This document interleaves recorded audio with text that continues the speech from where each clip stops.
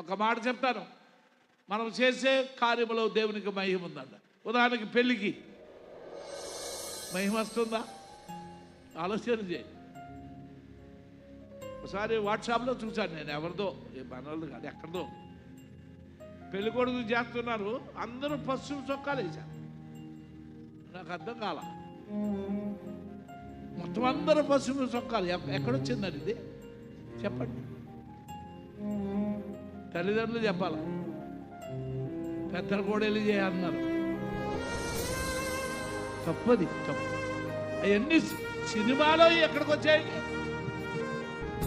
తప్పు కదా. దేవునికి మహిమ వస్తుంది అక్కడ. లోకాచారాలన్నీ కూడా అప్పుడు ఎక్కడికి వచ్చాయంటే క్రైస్తవ కుటుంబాలలో వచ్చాయి. ఈ సీమంతం అనేది కూడా మేము వెళ్ళమనుకోండి, స్త్రీలే చేస్తారు. ఒక్కొక్కసారి వచ్చి చెప్తారు, అది కుంపడగా వేసేస్తారండి. ఇది ఎక్కడండి? ఎవరు చెప్పారండి అది? ఈ ముసలోళ్ళని ఒక పక్కన గెంటేయాలని విశ్వాసులైన వారు చేయాలా? ఒక క్రమం ఉంది సంఘానికి. నేర్చుకోండి, నవ్వటం కాదు. ఇది పరిశుద్ధమైన సంఘం. పరిశుద్ధమైన సంఘములో పరిశుద్ధులుగా మనం తీర్చబడ్డాం కాబట్టి మనం చేసే ప్రతి కార్యము కూడా పరిశుద్ధముగానే సరి చేసుకోవాలి. సరి చేసుకోరా? ఒక్కోసారి అన్ని పెళ్ళిళ్ళు ఒక రోజు వస్తాయి, రెండు వస్తారు నా దగ్గర. అప్పుడు నేను అనుకుంటాను, ఇది మంచి రోజు కావలసినది తెలుసా. రెండు ప్రకటనలు, ఇద్దరు వస్తారు, అక్కడ పెళ్ళి ఇక్కడ పెళ్ళి అని. అప్పుడు అనుకుంటాను, అయ్యో రెండు క్రైస్తవులు కూడా ఏం చెప్తారో మీరే చెప్పాలా, మీ నోటి వినాలా ముహూర్తం. అంతేగాని దైవజను దగ్గరకు వచ్చి ఎప్పుడు మీకు అవకాశం ఉంటుంది అని దైవజను దగ్గర తీసుకొని ప్రార్థన చేసి అప్పుడు నువ్వేం చేయాలా? నీ బిడ్డల యొక్క వివాహంలో ముందుకు ఎప్పుడైనా దైవజను దగ్గరకు వచ్చి ఇలాగా వివాహం చేయాలనుకున్నామండి, ప్రార్థన చేసి మీ అవకాశాన్ని చెప్పండి అని అంటారా? ఇది మహిమేనా దేవునికి? చెప్పాలా?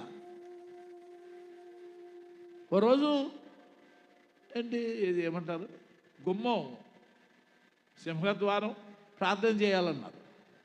ఒకరు వచ్చారు, తర్వాత ఇద్దరు వచ్చారు మళ్ళీ. అప్పుడు నేను అనుకున్నాను అది మంచి రోజు అని. నిజమే, ఆ రోజు చూస్తే మన క్రైస్తవులే కాదు, హిందూస్ కూడా ఆ రోజు ఏం చేశారంటే ఆ గుమ్మాలు ఎత్తారు.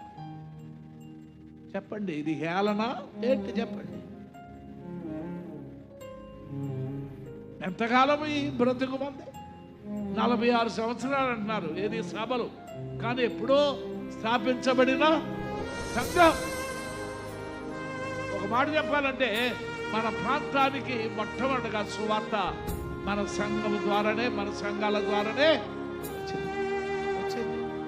కానీ ఇంకా మనం ఆ పారంపర్యాచారాలు అందులో చెడుతనం తొలగించుకోవాలి మన జీవితంలో. ఒక ప్రక్కన పెట్టండి. పెళ్ళైన రాత్రి కుడికాలు ఎట్టాలంట అమ్మాయి. ఏ కాలు?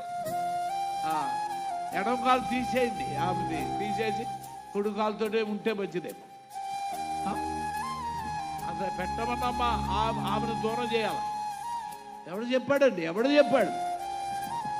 నీ బ్రతుకు సరిగ్గా లేకపోతే ఏ కాలు పెట్టినా ఒకటే. నేను అదే చెప్తాను ఎప్పుడైనా.